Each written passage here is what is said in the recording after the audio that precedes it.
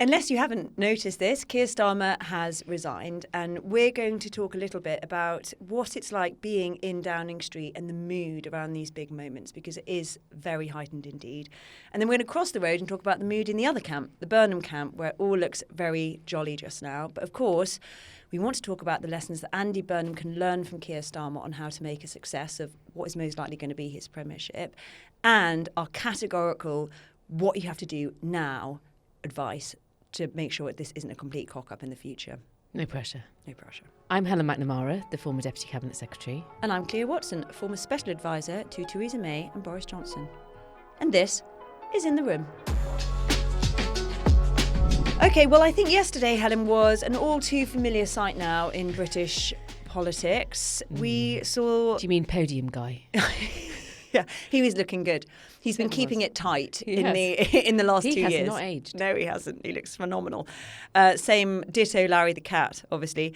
So Keir Starmer resigned yesterday, and he gave quite an emotional statement, particularly talking about his family, his wife and his children, even though he had the very, very annoying spectacle of Steve Bray, who people are becoming increasingly familiar with because he's been at it for about 10 years, playing Ode to Joy from the street in the background. Should we just quickly watch that clip?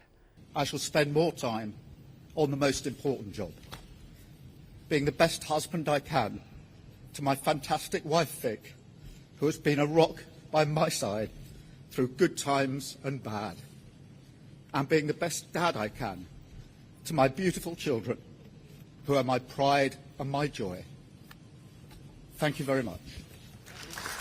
That is such a hard watch. It is, isn't it? I don't want to see any more Prime Ministers crying on the steps of Downing Street. I know. Could we stop that? Can we stop that? Can we put a pin in that? And you just know they've had this long weekend holed up in Chequers whilst they just...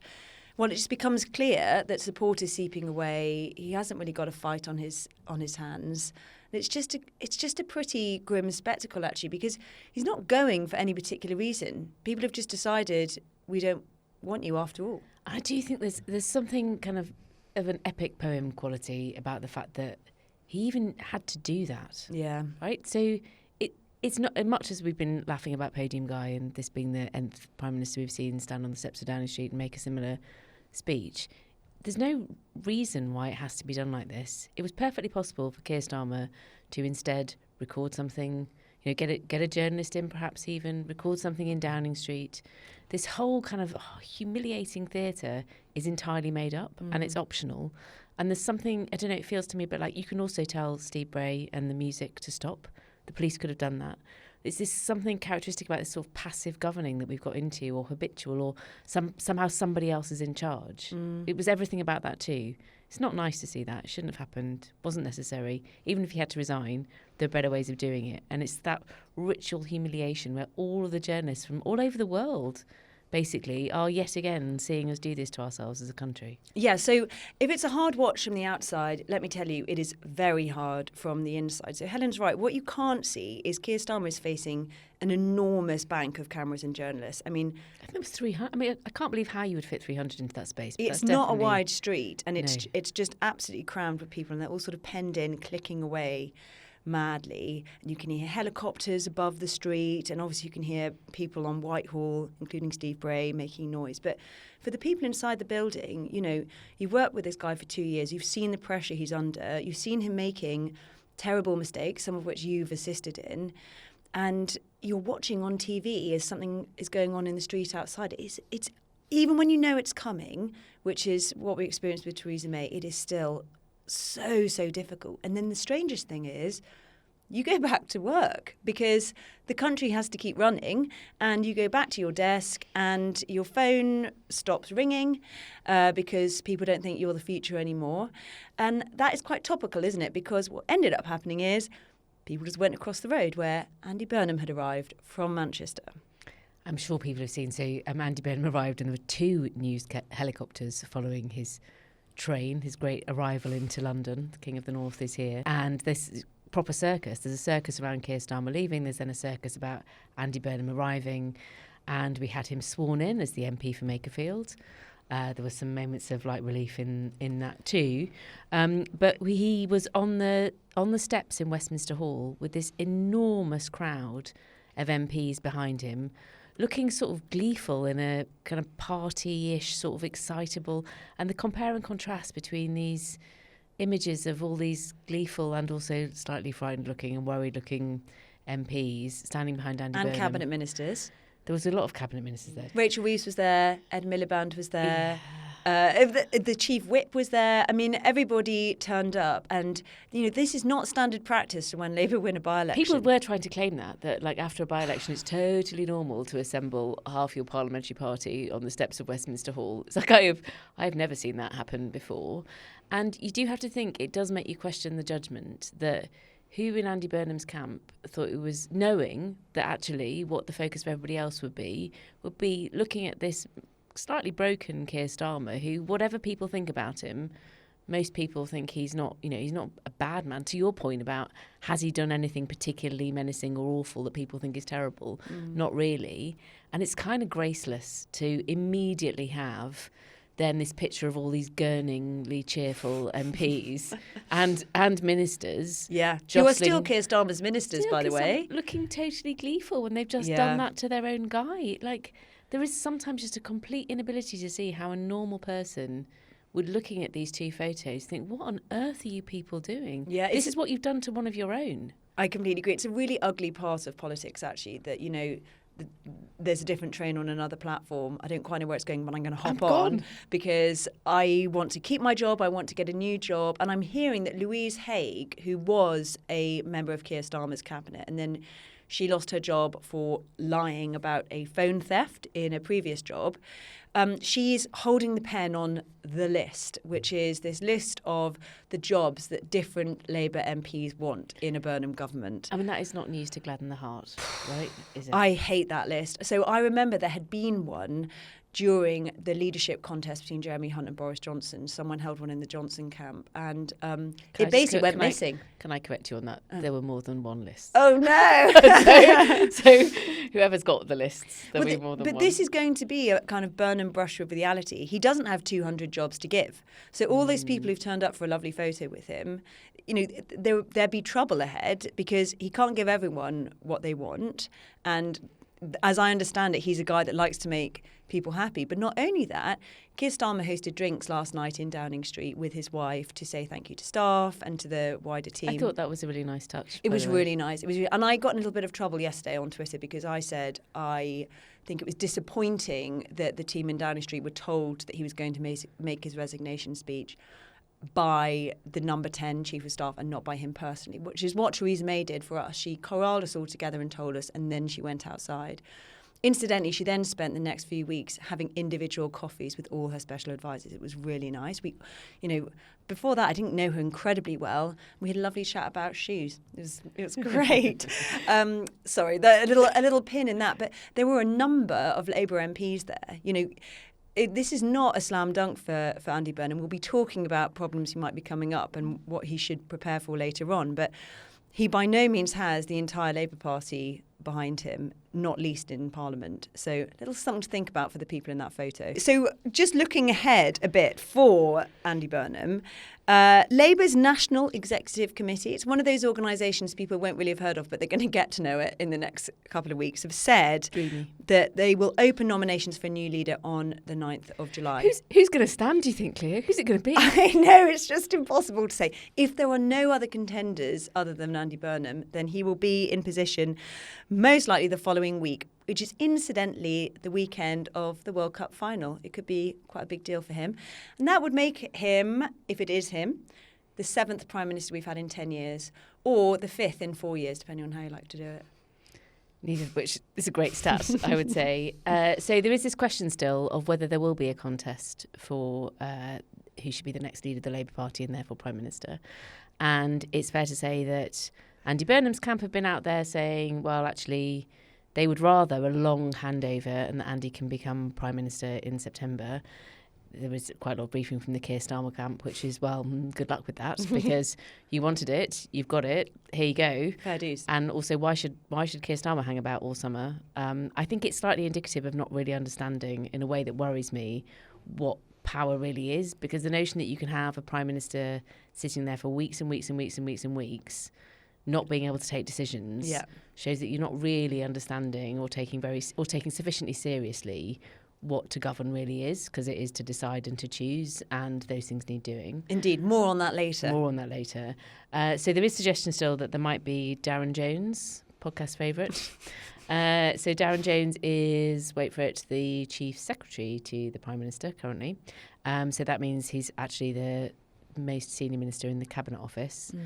Darren Jones apparently has had a lot of phone calls from people asking him to stand. This really reminds me of the kind of Tory years of this going on, where you'd have people popping up saying, you know, I've taken soundings from colleagues and I am willing to put myself forward. Such is the amount of pressure upon me from colleagues to ask me to stand forward because I'd be such an excellent leader. And So, you think, do you remember we did that event at the Neville Holt Festival at the weekend, and one of the audience did ask me if I would like to be Prime Minister, and that's probably about the same number of calls. they didn't ask me.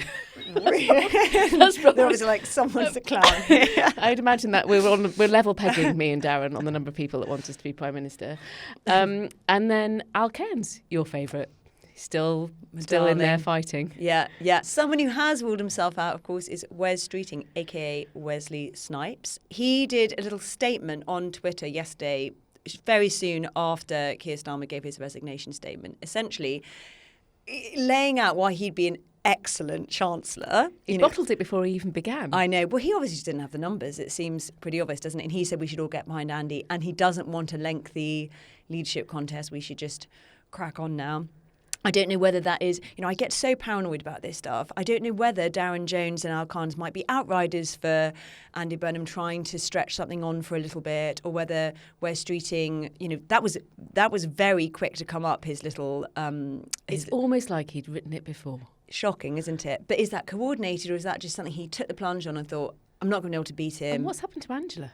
It's a good question. Do you not remember there were these sneaky talks going on between Andy Burnham and Angela Rayner a few weeks ago? But we've not seen a sign of her. I hope she's just on Brighton Beach with a bottle of rosé, chilling out. So, Cleo, let's spend a tiny moment on how on earth have we got here. How has Keir Starmer gone from that massive majority to standing crying in Downing Street in 2 years? OK, well, I'm going to put on my little nerd hat here for a second and hit you with some numbers, Helen. Go for it. We're going to have chats with stats. So although people talk about this big majority in 2024 for Keir Starmer, he did get lots of seats. But in terms of the popular vote, he actually got quite a lot fewer than Jeremy Corbyn did in 2017. That is not how it's described, I would say. No, of course not, because they like to talk about this big majority in his mandate, but it's actually shocking how many members of the Labour Party have got majorities in their own constituencies of well under 1,000. I mean, we talked before about how Wes Streeting has, I think, a 600 majority, paper thin. It's interesting how this translates actually in comparison with Reform, who have in some ways the opposite problem. According to the polls, they're on 29%. They've got massive amounts of support, but as we've seen with the last 5 by-elections, they're struggling to turn that into seats. And that is largely all down to Morgan McSweeney, who is a kind of campaigning powerhouse. Unfortunately, he was not involved in planning for government, which is what we're going to come on to shortly. I think the other thing to really keep in mind here is we talked earlier about how Keir Starmer is not... he's not hated for anything specific. People don't necessarily think he's a bad person. They tend to just think he's bland, which amazingly in kind of British culture does seem to translate to hating someone, because there's not enough to him to grip onto. And there's some really interesting stuff out of Ipsos. Kieran Pedley, who's well worth following, explains how Starmer was on -19 as a kind of public approval rating before he even came into Downing Street. But then he hit a -66, which is, I mean, that is not good. That's the lowest rating that a Prime Minister's ever had since Ipsos started measuring this. Just by comparison, Kemi Badenoch at the moment is on a kind of all-time high on -1. So we don't tend to give them a massive amount of credit at the best of times. But I think it just goes to show he's never really had the base support or approval that you might think. And what comes up again and again is that voters never felt that they understood what Keir Starmer stood for. And I think that has come up again and again. There's just a sense of vagueness. There isn't a sense of delivering change. And once you start understanding that's how voters feel, every decision he's made, you can see through that prism, and it does all feel very, very negative and sort of sepia toned, I suppose. Yeah, and you said, it's really interesting, you said all-time high, but that's in our modern era, right? We used to have prime ministers that were actually in cure and positive, positively appreciated by people, but that's true of recent times, is that most of the sentiment is negative, and it's just how negative, which is damaging about our democracy and politics in general. What other lessons could he learn from what Keir Starmer's experienced in the last 2 years and why he's leaving Downing Street now? I mean, a lot.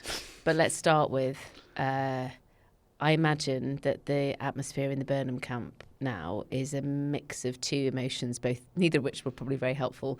One is the sort of euphoria and excitement, and as you get close to actual power, it sends people giddy and a bit mad. Totally. We've both seen that a lot, and you can probably see that in the way people will be. And the second thing is fear, which is, sometimes the worst thing that can happen to you is you get the thing that you wanted. And you're not ready. And I think we have to recognise that there are real there's rhymes of history in this situation. So there's both, does anybody believe that Andy Burnham is more ready to become Prime Minister than Keir Starmer was in 2024? I don't think so. Are there massively mature transition plans? Has he got a really clear idea about exactly who's going to do which job? You talked about this rumour that Lou Haig, who is the former Transport Secretary, who's the woman who, for those of you who watched the speech that Andy Burnham did to thank his constituency and his constituency workers and campaign team, she was the person who introduced him at that event. She is apparently, as you said, going around asking MPs what jobs that they want.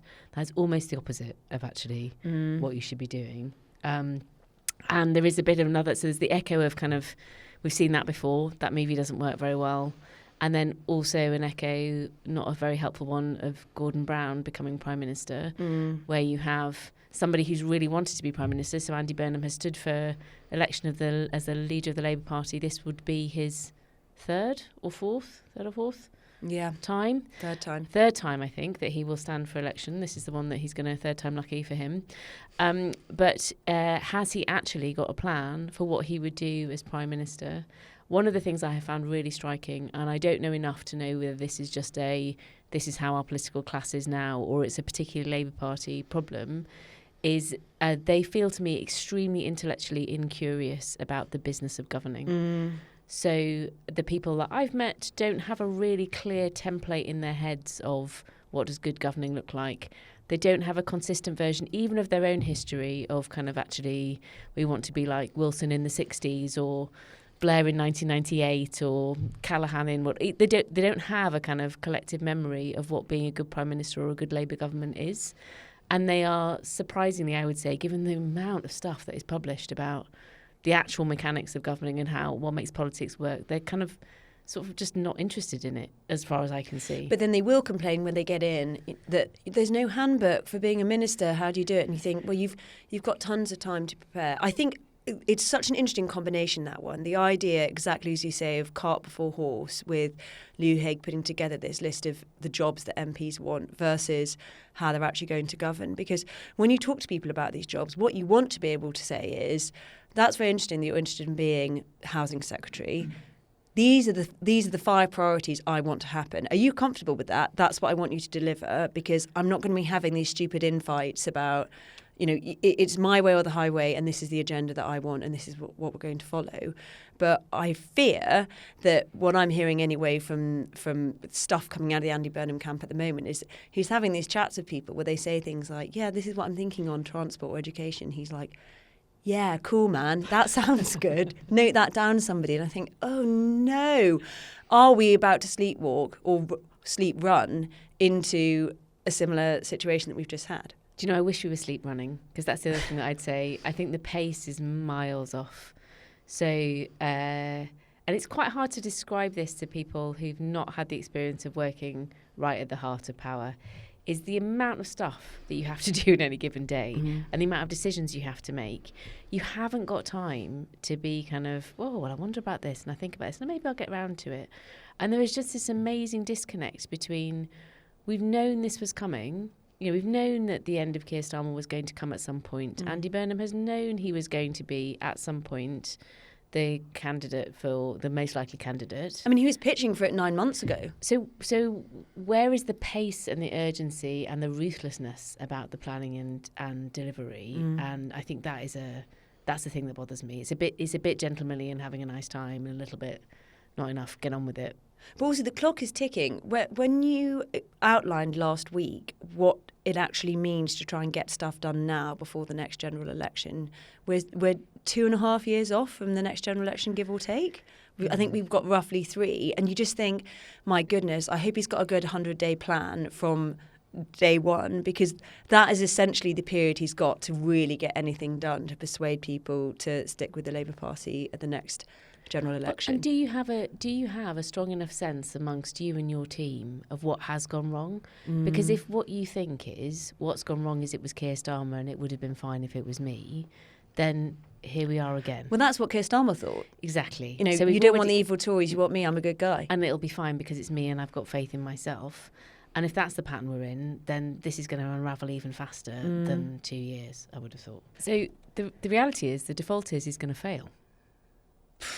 That is, I mean, it's tough to hear it, but I think it's totally true. And the data bears that out. So everyone is very, very excited at the moment that Andy Burnham has won 55% in Makerfield, and he's been a very successful, electorally successful anyway, Mayor of Manchester. But Labour as a party are currently trailing third in the national polls, having won a majority 2 years ago. I mean, people should really sort of let that sink in because it's very, very concerning. And his whole pitch to Labour MPs, which we talked about on Friday in our emergency pod, is that he's an election winner and he can save their seats at the next general election. And Labour MPs are going to have this moment of euphoria, exactly as you say, where Burnham comes in and it's all fresh and new and they think, our big problem was Keir Starmer just couldn't communicate. But actually, very, very soon, Burnham might be in trouble. People might say, he says yes to everybody or he doesn't have a proper plan. And the public will see through this really, really soon. I don't think it is priced in enough that he could be gone within a year. That being said, that could just be a very kind of sceptical person who's been shaped by the last couple of Conservative governments. Literally hearing the scar tissue. Well, and I don't say it with any joy, but the default is that this isn't going to work. And if you think about the thing that he's been very successful as, the Mayor of Manchester, he walked into that job and before him there had been literally decades of really good, effective leadership on the political and official side. And he walked in and was able to make what he could of that. He is not walking into a situation which has had decades of really effective leadership on the political or official side, sadly. So it's a really different challenge. All right, well, let's try and end on a more positive note. What advice could you give him? What should he be doing now or from day one in office that could stop this happening?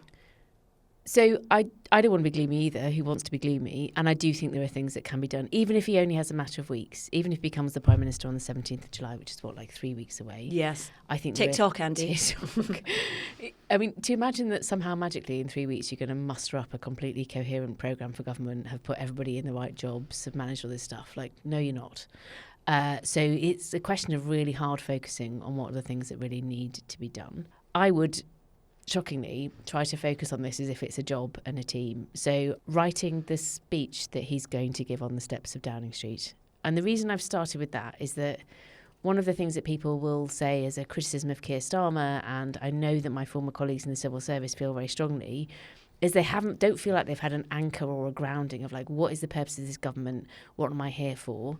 And the exercise itself of whoever he needs to bring into it, of actually writing that script. If you remember Theresa May's version of this. I do remember. Hung just outside her office. Literally framed outside her office. If you were waiting to go in for a meeting, you could refresh yourself with what she wanted to do. I mean, unfortunately, because of, our friend Brexit, happy anniversary, everyone. To those who observe. Yeah, she didn't get to do all of those things, but it was tremendously useful as a civil servant that didn't spend any time with her really when she was Prime Minister at the beginning. or anyone working in government could actually look at a thing and say, right, so if in doubt, we should be doing this sort of thing rather than that sort of thing. It might also just suit him. He's a communicator, and to really ground him in his own words. He doesn't like to, although he's had to row back on quite a few things he said recently, he likes to be a man of his word, and to have it in black and white like that, and to think, what are the promises I really want to deliver beyond the vagaries of we must grow the economy. This is the thing. It's going to be really hard work to get this speech right, because the temptation is like a lot of platitudes, where there is discord, let me bring peace. You and I had the delight of seeing the Edstone. People might not remember the Edstone, but in the closing days of the 2015 general election, one of the amazing plays from the Labour Party was to carve a gravestone, very big gravestone. It's huge, with very little on it. Which was going to stand in the Downing Street garden, was going to be erected as a reminder of what Ed Miliband was going to be there for and his government. And one of the commitments on that was an NHS that had time to care. Yeah, which is sort of a lovely idea, but it's exactly the sort of thing that Andy Burnham needs to avoid in this speech. It needs to be both big enough and clear enough that it explains the direction and the purpose of his government. Like, what does he actually care about? And it needs to be guidelines for how all the people involved in making the decisions that are going to be nowhere near his desk can use as a handy template for, if in doubt, do X rather than Y. There are some really good examples of this through the ages. If in doubt, copy and paste. You can find something, but really, really, really sweat that speech and use that to effectively create the framing for your government. And the alternative is, unfortunately, a series of milestones and platitudes. How many different milestones and pledges and resets has Keir Starmer had in the last 2 years? Or ill-thought-through policy announcements, which you'll then have to go back on. So it is not an easy challenge in this period of time that we're setting him to write this speech really well, but I would have that as sort of thing number one. Great. And probably, of equal or slightly, it probably is equal importance actually. He's got to get his core team right.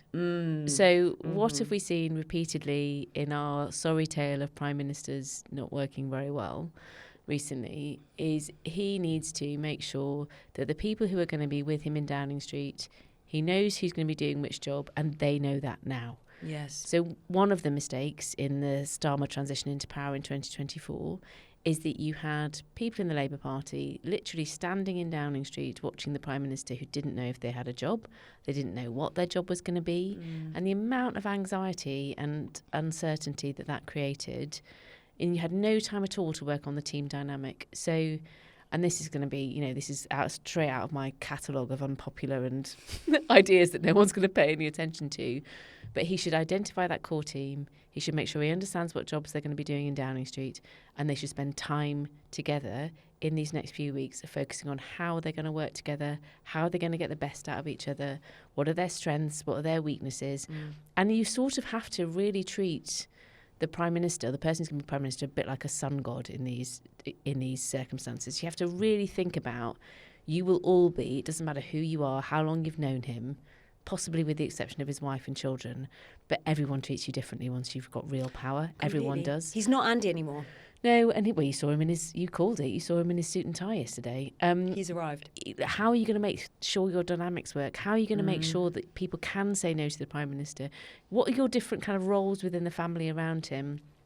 I would say, if you've worked, I hope somebody has at some point worked with a coach or somebody who can help. In any other circumstance, you'd have a professional person with a new team who are doing a really important job to help them to work on how they're going to work together. And that, honestly, I cannot tell you how important that would be. Yeah. So if you think about David Cameron's team, before, when they came into office, they were so practiced at working together. They knew each other. Well, they'd had a long time in opposition. They had, and I don't want to, I'm sure they'd be appalled to imagine that I think that they had some help with their leadership coaching, because we like to pretend that everyone just was born to rule. But I don't really know why the Labour Party are also pretending that they can do these things naturally. I think this is part of, though, I think we do fetishise the leaders, the Prime Minister, and I completely agree. The whole team is very, very important. And not just the team itself, because, certainly the kind of interpersonal workings of the Johnson administration were difficult. But when we were all pointed in the right direction because we were incredibly fearful about what would happen otherwise, and I'm talking about that period of August 2019 to December 2019, we all understood what needed to be done. Yeah. We had one key objective, which was to get Brexit done, followed by 3 or 4 public services-based priorities. Everyone understood what needed to be done, even with some of the friction of just how people got on with each other and stuff. That didn't really matter when the plan was extremely clear. I think having decent and competent people who get to know each other and feel like they've been kind of blooded together in the fires together is so important, because when the going gets tough, you need them all to be able to communicate with each other. And you know, what we didn't have so much was direction after the 2019 general election. So when COVID came, people started remote working and that kind of thing. Just a lot of the team fell apart. But if the Burnham camp treats the next 2 years as we treated that first kind of 4 months after Johnson came in, they've actually got a pretty good shot. I totally agree. And if you think, actually, he's just come hot off the heels of a really effective campaign, the other hard thing is to quote that classic Mario Cuomo thing. The reason it's a classic that you campaign in poetry and you govern in prose is because it's actually true. So you may have this incredible set of people who've been campaigning with you and winning the campaign. They might not be the right people to help you with your governing in prose. So what do those people look like? And this isn't a question of just like, oh, we'll just fling in, which is sort of what Keir Starmer has done, is just fling in more and more people in a slightly confusing way to do jobs that sound like they're a bit the same. Yeah. Like, you have to be really, really rigorous. Who is the person who's going to be the guardian of how the Prime Minister spends their time? Who is the person who's going to be the guardian of how the Prime Minister is interacting with his backbench MPs? Who is the person who's going to be the guardian of relationships? These are all things that are, and I mean, hopefully as soon as Access talks, the Cabinet Secretary and her team can, it's lovely saying the Cabinet Secretary and her team, by the way, can actually help, because this is the sort of thing, you know, the civil service has seen some of this stuff before. There is some sensible stuff written down. I know because I wrote some of it. But you there is some like really, really useful things about actually how do you get these things done. And then the next thing I would do is I would basically, all these people who are asking for a job or going around, and all these MPs and ministers, I would literally say to them, I'm totally open, both every single member of Parliament. You tell me what your reflections are on what we have got wrong, not what Keir Starmer got wrong, but we have got wrong in the Labour Party in the last few years. And you tell me what you think your constituency needs. Like, I can't promise to deliver all of it, but I really want to be able to listen to every single MP. It's a golden opportunity for you to find out who's good amongst your MPs, amongst the people you don't know about. Give them some homework to do. And secondly, I would turn to every single person who's served in the government, whether that is for the Labour Party, whether it's a special advisor, a former special advisor, and particularly ministers and cabinet ministers, and ask them the same question. Like, what is it that you think has worked? What are the things that we've done well? What is it that you would change? And I'd give them, for ministers, I'd give them that task in 2 directions. I'd say, like, what do you think in general, as a member of our party, as somebody who believes in our progressive goals, etc., but also looking at your department, what would you do differently? I really do agree, particularly on speaking to MPs about this kind of thing. One of the big grievances that MPs used to have the whole time, certainly when I worked in government, was they felt that the centre wasn't listening to them, and they had all these great ideas. And even if you're not using any of it, having these meetings where people in policy or in your headquarters for the campaigning team are listening is really, really worthwhile, because they want to vent somewhere, and it's much better, even if 90% of it is useless actually, that it happens in a kind of direct internal way rather than mouthing off to the Times or the Observer or whatever. Definitely, and force them to actually say what it is that they would do. Because I think one of the other cultural things we've seen in this government and the way the Labour Party have operated since they've been elected is it's always somehow somebody else's problem to actually do the hard stuff. So, you know, it's not our fault because it was the nasty Tories who did this, or it's not my fault because it's that other minister, or it's not my fault because it's the Chancellor.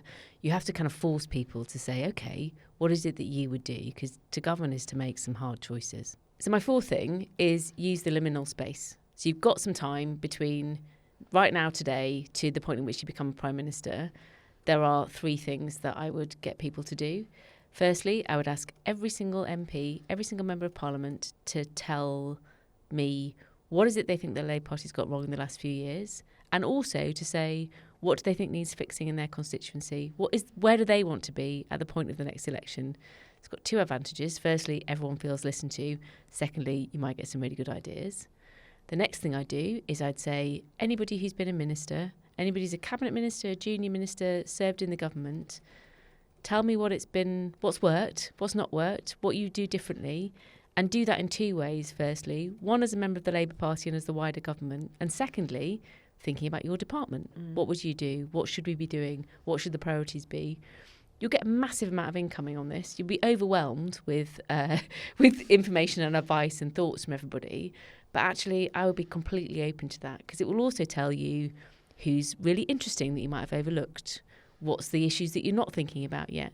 And it's just an opportunity to start governing in that much more open, transparent, generous community way that Andy Burnham has said he wants to govern like. Well, start doing it now. So, Helen, in our very first episode in February, we were giving some advice to Keir Starmer at the time. And if I remember, we said, dance like no one's watching, i.e. govern like no one's watching, just be braver, and hire a psycho.